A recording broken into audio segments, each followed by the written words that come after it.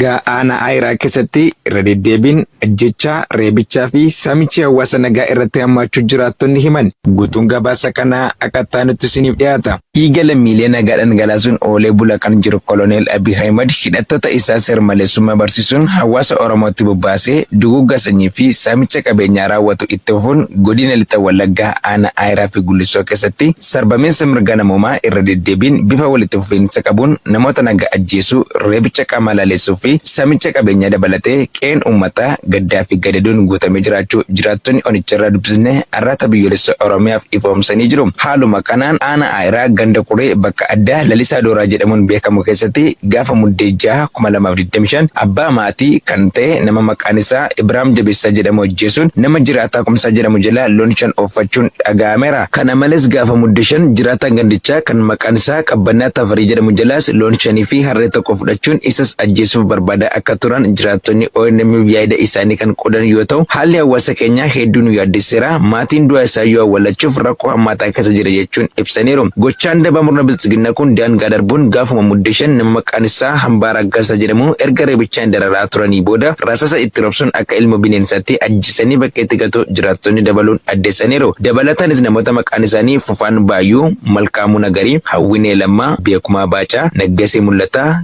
Girmaa Hambisaa, Aananee Qarrasaa fi Obbo Kennesaa haadha maatii isaanii waliin hidhuun miidhaa jabaan irratti raawwatamaa akka jiru dubbataniiru. Godinichuma aanaa Gullisoo ganda Maaruu kana keessatti ajjechaan suukanneessaan torbaniin raawwatamu duguuggaa sanyii maatii tokko irratti xiyyeeffatee fi itti yaadamee kaabinoota aanaa Ayiraa fi Gullisoon raawwatamaa kan jiru. Gaafa muddee 5 namoota maqaan isaanii Obbo Bulchaa Raggaasaa maanguddoo ganna 80 olii jaarsa biyyaa kan ta'an, Fiqiruu Yaaddessaa maanguddoo ganna 80 olii isaanis jaarsa biyyaa kan ta'an, Mazgabuu Abshaalee Raggaasaa dargaggeessa ola deemaa nama gaa'ela dhaabbachuuf qophii xumuree guyyaa muraasa qofa eeggachaa akka ture isiniif gabaasnee turuun keenya ni yaadatama.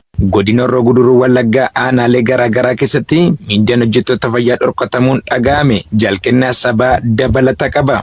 Godina Horroo Guduruu Wallaggaa aanaalee garaagaraa keessatti hojjettoonni mootummaa damee fayyaa irra hojjetan mindaan ji'a isaaniif kaffalamuu dhorkatamuu hojjettoonni fayyaa aanichaa raata biyyoolessa Oromiyaatti himaniiru. Rakkoowwan karaa bulchiinsa Abiy Ahmediin hojjettoota fayyaa mudachaa jiru daran hammaachuun hojjettootni baatii 3 oliif mindaa dhabanii rakkoo hamaaf saaxilamaa akka jiran odeessi aanichaa irraa raata biyyoolessa Oromiyaa qaqqabeera. Haaluma kanaan aanota kanneen akka Abbayaa Coomman, Jimmaa Gannatii, Jimmaa Raaree, Jaardagaa Jaartee, Aanaa Amuuruu, Horroo Bulluq, bulchiinsa magaalaa Shaambuu fi kanneen biroo keessatti hojjettoota waajjira fayyaa keessa hojjetan kan isaan yeroo boqonnaa isaanii hojjetanii argatan walitti qabuun akka hin kaffalamne hojjettoonni kunneen ifoomsaniiru. Akka odeessi gamasii argame ibsutti kanaan dura mindaan isaaniif dabalama jedhanii ji'a fulbaanaa keessa nutti himanii turan kan nu dabaluu miti kan duraan nuuf kaffalamu iyyuu hafee waan nyaannu dhabne rakkoo hamtuuf saaxilamaa jira jedhan. Murni biltsiginnaa rakkoo isa mudatee jiruun hojjettoota of harkaa qabuuf waan kaffalu dhabee galii biyyattii irraa argamu mara waraana isaa qofaaf kaffalaa kan jiru yoo ta'u, gama biraan ammoo yeroo garaagaraatti maqaa gargaarsa adda addaa sababeeffachuun uummata harkaa maallaqa guuruun hawaasa gibira kaffalee kana ammoo tajaajila dhorkatanii dararaa jiru. Godina Walloo aanaa Arxumaa Fursetti jaleewwan Piippiin dargaggoon tokko reebamee du'aa fi jireenya gidduutti kan argamu ta'uu fi namoota ukkaamsanii qawwee bichisiisuus akkuma itti fufanitti jiraachuun barame. Guutuu gabaasichaaf Jaalwabii Biyyaa. Kaaba Oromiyaa godina Walloo aanaa Arxumaa Fursee magaalaa Qiciicootti muddee 7/2025 lukeeleen biltsiginnaa abbaa dhiiraa yookaan abbaa duulaa ofiin jedhu namni maqaan isaa Ahimad Umar Kakassoo jedhamu dargaggoo ola deemaa jiraatuma magaalaa Qiciicoote maqaan isaa Dooyyoo Ibraahim Sayiduu jedhamu osoo inni baajaajiin deemaa jiru magaalichatti baajaajii keessaa gadi buuse badii tokko malee fuula namootaa duratti dargaggoo kana reebichaan qaama isaa laalessee wayitee inni gaggabee of wallaalee biraa deemuun namoonni bakkee kaasanii mana yaalaa geessuun ifoomeera. Dargaggoon ergama murna biltsiginnaa kanaan reebicha ulfaataan fuula namootaa duratti badii tokko malee irra ga'e kun addatti yakka dalage tokkollee kan hin qabne hoggaa ta'u lukeeleen Piippii kun dargaggoo kana jibba dhuunfaa dura irraa qabuun dhibdee isaa gara siyaasaatti geeffate shakkii hidhata waraana bilisummaa Oromoo qaba jedhuun qorannoo fi ragaa tokko malee gochaa fokkisaa kan irratti raawwate ta'u jiraattonni himuun dargaggoon Abdii Biyyaa kunis reebicha irra ga'een yeroo ammaa mana yaalaa keessatti du'aaf jireenya gidduutti kan argamu ta'u eeraniiru. Oduu biroon ammoo magaalaa Qiciicoo dabalatee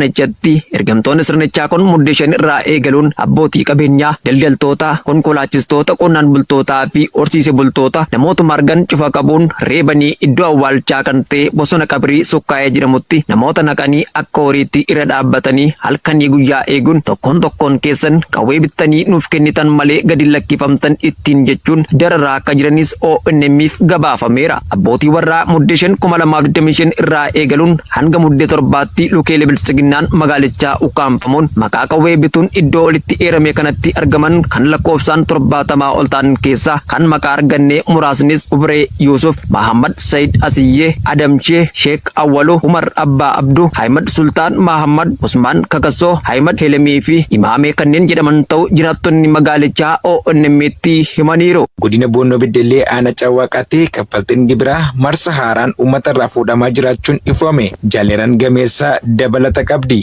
Godina Boonnoo Beddellee Aanaa Caawwaaqaa ganda burqaa barakaatti muddee 4,2025 irraa eegaluun loltoonni waraana PP maqaa kaffaltii gibiraa marsaa lammaffaa jedhuun tokkoon jiraatota irraa qarshii 7,000 fuudhaa jiraachuun ibsameera. Qarshiin uummanni gaafatamaa jiru kunis ji'oota muraasa dura harkaa fuudhamee akka tures kan himan jiraattonni aanichaa sodaachisa afaan qawweef jecha lubbuu keenya oolfachuuf wantoota qabnu kaffallees kanneen homaa harkaa hin qabne ammoo liqeeffachuun kaffalaa kan jiranii fi kaan ammoo qarshii gaafatamaa jiru dhiyeessuu dadhabuunis hidhamaa akka jiran dubbatu. Uummanni aanichaa doorsisaa fi roorrifama irra gahaa jiruun yaaddoo keessa galee kan jiru yoo ta'u maqaa hidhata waraana bilisummaa Oromoo qabduun manneen irra deemanii hidhuu, qabeenya saamuu, mooraa waraanaatti erguu fi dhiittaa mirgoota namoomaas irratti raawwachaa akka jiranis himaniiru. Waraanni faashistii PP maqaa sakattaan uummata godina Qellem Wallaggaa Aanaa Anfilloo goolaa jiraachuun dhaga'ame. Gabaasa qindaa'eef Jaalhaqaafan fayyeera. Gareen faashistii bilxiginnaa fedhii hawaasaa malee humna afaan qawween sodaachisuun aangoorraa bubbuluuf deemu waraana isaa uummata nagaatti bobbaasee godina Qellem Wallaggaa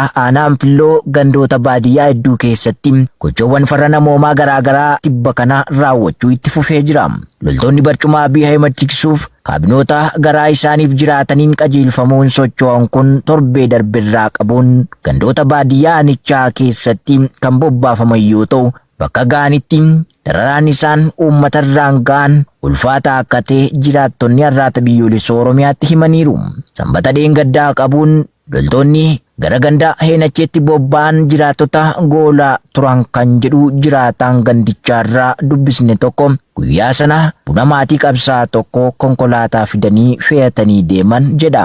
Kana malees namoota hanga tokko akka gandichaatti tattaaffii dinagdee qaban hunda guyyaa kaleessaa ganda Heenachee kana keessaa qabuun gara magaalaa Muggiitti geessanii hidhanii jiru. Gochi wal fakkaataan kun ganda Yarer irrattis kan gaggeeffame yoo ta'u uummatni sochii waraanni faashistii hawwee hidhatee taasisuu fi gocha badiinni qabeenya uummataa irratti raawwatu irraa rifaatu godhachuun yaaddoo keessa jira. Loltoonni rakkoo saba isaanii irraa barcuma abbaa irree tiksuuf goyoonfamanii deemuun miidhaa saba irraa dhalatan irratti godhan kun wixataa irraa kanas gara ganda Da'oo Tobbiitti bobba'anii jiru.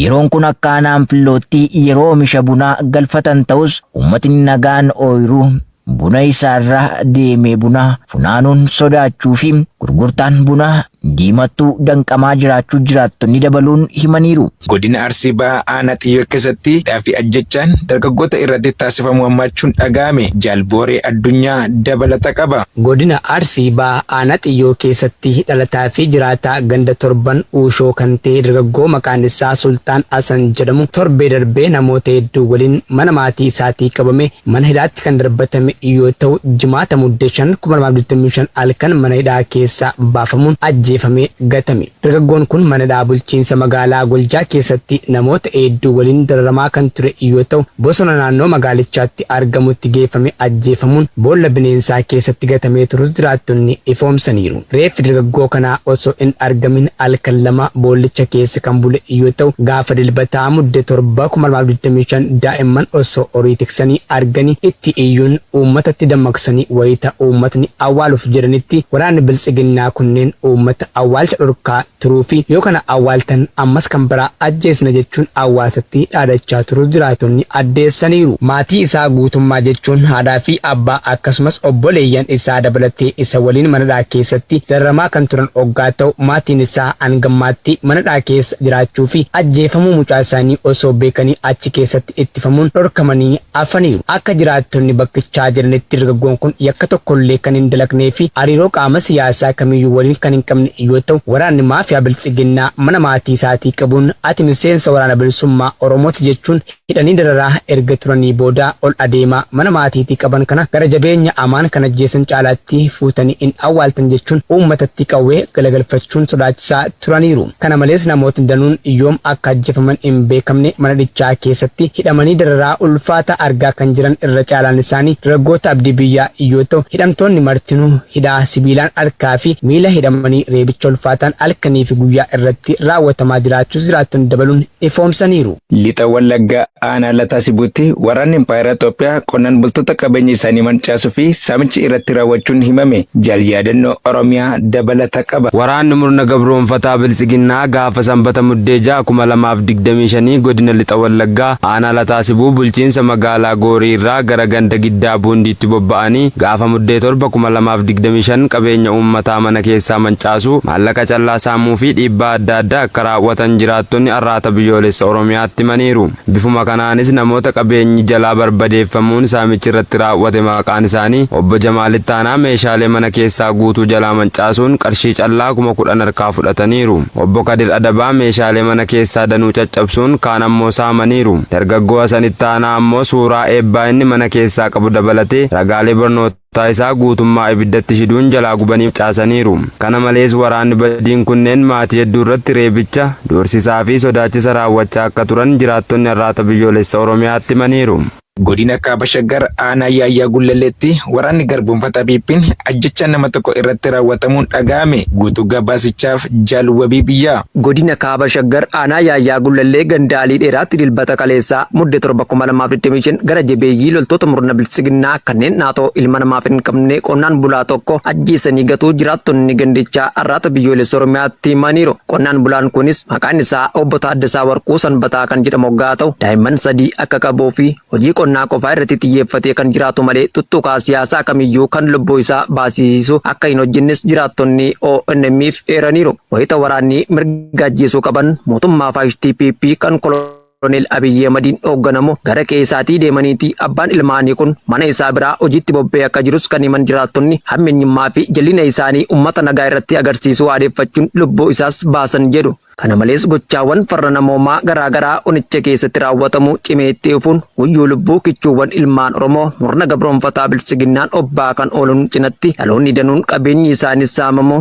yakka malee hidhamu gudeeddiin irratti raawwachuu fi dhiittaa mirga namoomaa adda addaafis saaxilamaa jiru. Naayijeeriyaan fonqolcha mootummaa yaalamee hambisuuf jittiiwwanii fi loltoota gara beenitti bobbaafte jette dabalata isaaf Jaal Irbuu Dhugaa. Pireezidaantiin Naayijeeriyaa Boolaa Tinaabuun yaalii fonqolcha mootummaa garee loltoota beeniin fashaleessuuf gargaaruuf xiyyaarota waraanaa fi loltoota lafaa gara biyya ollaa beenitti bobbaasuu mirkaneessaniiru. Ibsa dilbata darbe kenneen waajjirri Tinaabuu akka jedhetti mootummaan pireezidaantii Paatiriis Taaloon deeggarsi qilleensaa hatattamaa Naayijeeriyaa dabalatee gaaffii gargaarsaa 2 erga baaseen booda waraanni Naayijeeriyaa beeniin keessa seene. Tinaabuun jalqaba xiyyaaronni waraanaa Naayijeeriyaa beeniin seenanii fonqolcha mootummaa TV biyyaalessaa fi kaampii waraanaa bakka irra deebi'anii gurmaan irraa buqqisuuf gargaaruuf naannoo qilleensaa akka fudhatan ajaje jedha ibsichi. Waraanni Naayijeeriyaa boodarra mootummaan beeniin eegumsa dhaabbilee heera mootummaa